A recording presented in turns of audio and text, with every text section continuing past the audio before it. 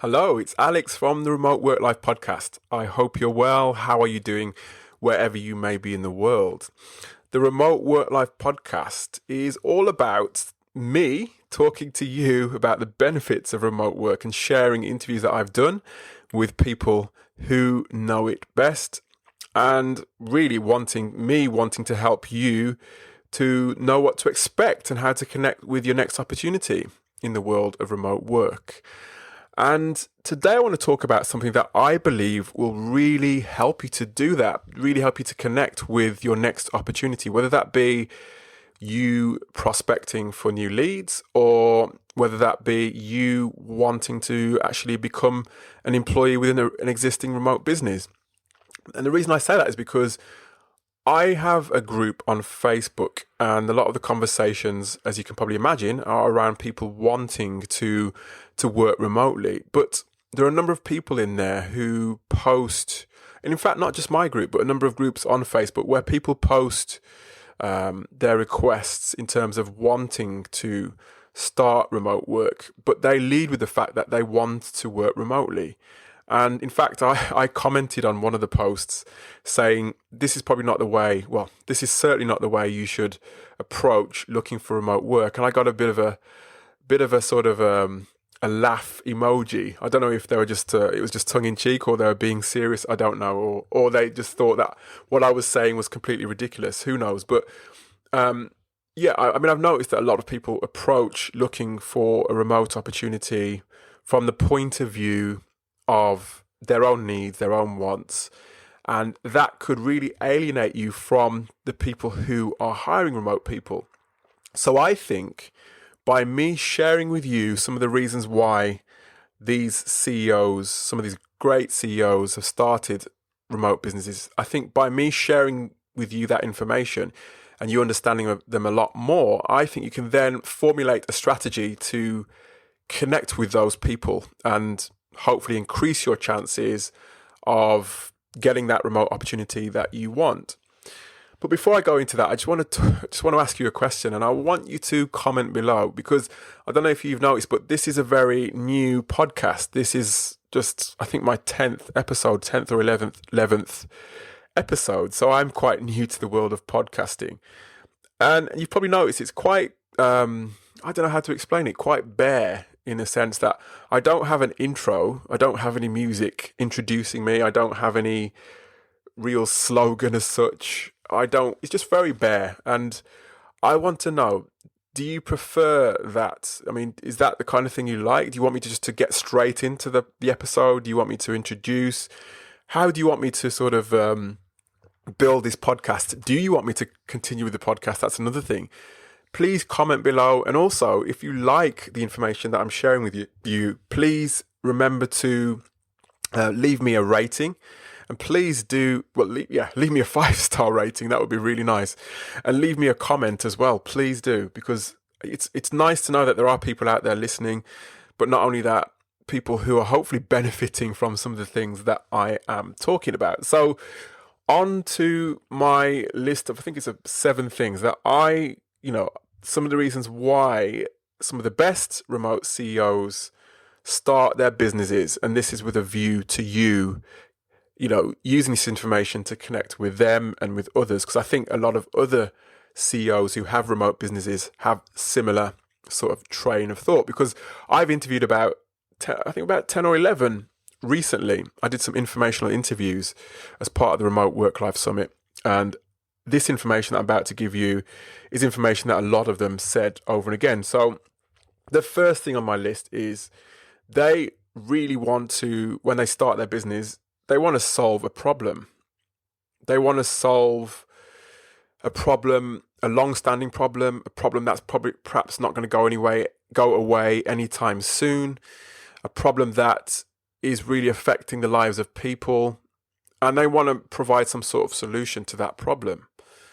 So if you think about that from your perspective, then if you can then find a way of understanding how you can fit into that whole, fit into the picture really, and show them and demonstrate to them how you can help them to help their clients or help the people that they help to solve those problems.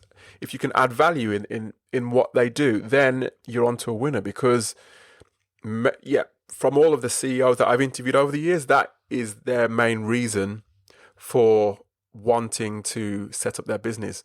And they want to solve a problem whilst earning a living, a lot of them, obviously, as well. So if you can find a way of fitting in to solve their problem, then you will be, onto a winner there. So that's reason number one. Reason number two is, and these are not in any particular order. This is just a list that I've made, and this is number two. This happens to be number two on my list. So they don't necessarily want to be tied to a specific location to solve that problem. And let me explain briefly one reason why that may be the case. So there's certain areas of the world. So for example, if you take Silicon Valley, where a lot of talent will gravitate to those areas, a lot of businesses as well will gravitate towards those areas, and it will attract the talent, some of the best talent out there. And it's not a cheap place to set up, is it really? It's not. It's quite expensive. I hear a lot of people complaining about the cost of living there, as nice as it may be. And some people don't like it there, actually. But if you take that just as an example, if you're tied to that specific location, then you're tied to things like the rates in that area, tied to things like hiring people from that particular area who can afford to live there. So they don't necessarily want to be tied to a specific location. They want to be able to be flexible as to where they locate themselves. And this is, when it comes to being location independent, they're also thinking as well about their own lifestyle, I think, as well. Because to be location independent does help you to mold a kind of lifestyle that you want. So, I think although solving a problem is, solving a client's problem is one of the reasons why they start their business, not having to be tied to a location is certainly another aspect of their thought process when they're setting up and when they're growing. So that's another reason that I found. So another reason on my list, number 3 on my list is, and it's kind of connected to not being tied to a specific location, and that is they want a diverse and rich workforce and candidate pool to be able to hire from, because it's not necessarily the case that all the best talent is going to be in Silicon Valley or in the city of London. There are going to be talented people who perhaps either for whatever reason don't want to move to those areas. They may be in India, they may be in somewhere in Africa, they may be in somewhere in Europe or Asia or wherever it may be. And having a remote business enables the CEOs to sort of fish in a sort of real diverse and rich pool of talent that they may not have been able to access had they located in a bricks and mortar business in one part of the world. So that is another reason that they want to set up as a remote business. So let's move on to reason number 4 on my list, which is they want to connect with people.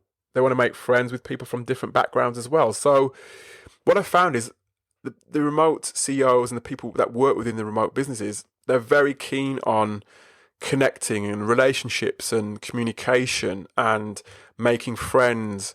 And that's a really important aspect of remote work, because if you think about it, working remotely, you have to have a really tight knit and a really sort of culturally aligned team. And they're very keen on having people that they can really get on with, because that in that way, and I think, co-located businesses could learn a lot from this, having people that you can get on with and having a team that's really sort of going in the same direction from a cultural standpoint, from the point of view of the mission and the problems that they solve, having that all in your team and your setup is a recipe for real camaraderie. It's a recipe for productivity.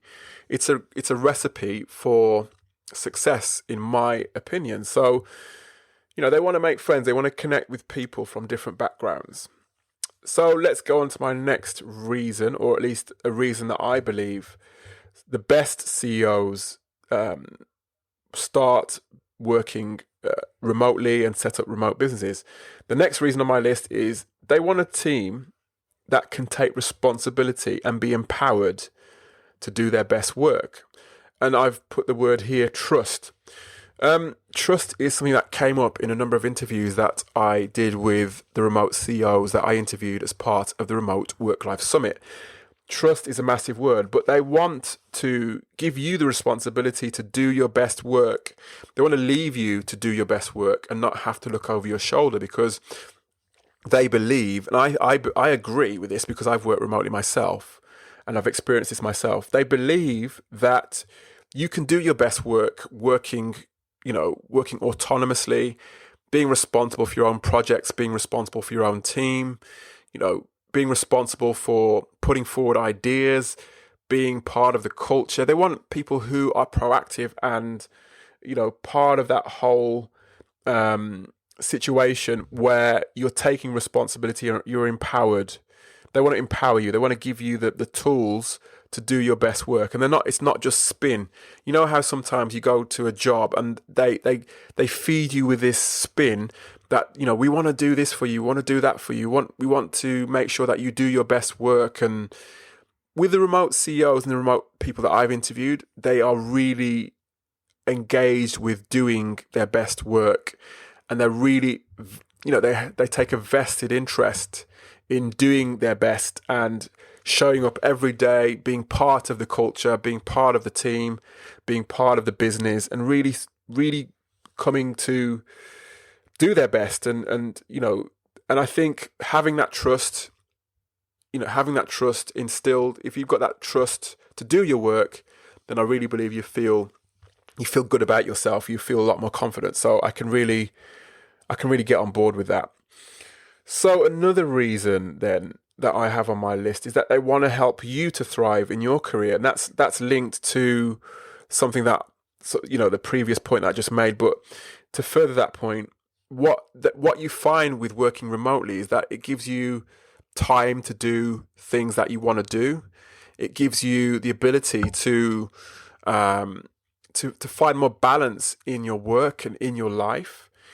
And it gives you the ability to it gives you the ability to not have to commute. So that's all obviously linked with time. So yeah, they want to help you. I really believe that. They want to help you to experience the benefits that they've experienced through setting up their remote business. But as I said, first and foremost, it's all about solving those problems that are in the world, and problems that are long-standing problems, and problems that they have a real interest in solving. So yeah, that's how many things did I mention there? So solving problems, not being tied to a location, a diverse workforce, a rich workforce, being able to connect with friends and people from different backgrounds, having a team that can take responsibility and be empowered and have that trust.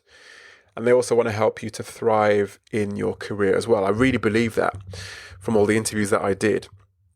And I think, to add another point, they want you almost to be, and this is also linked with helping you to thrive. They want you to feel as though you are responsible for almost like running a business. And some of the CEOs I interviewed, a couple of them say that they almost expect people to, still have their interests on the side and still have their ideas around being entrepreneurs, because a lot of the time entrepreneurs are suited to working remotely. It's one of those things that the traits of an entrepreneur are very, very much suited to the remote lifestyle. So that's another additional reason why I think they want to create future entrepreneurs, some of the remote CEOs that I've spoken to. So that's, I think, seven reasons why CEOs start up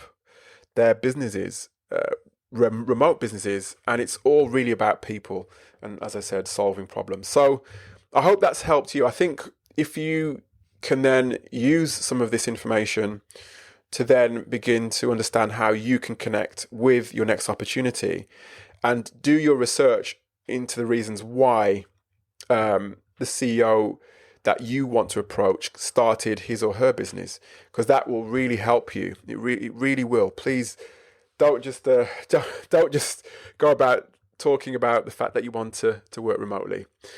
Anyway, I hope that has helped you.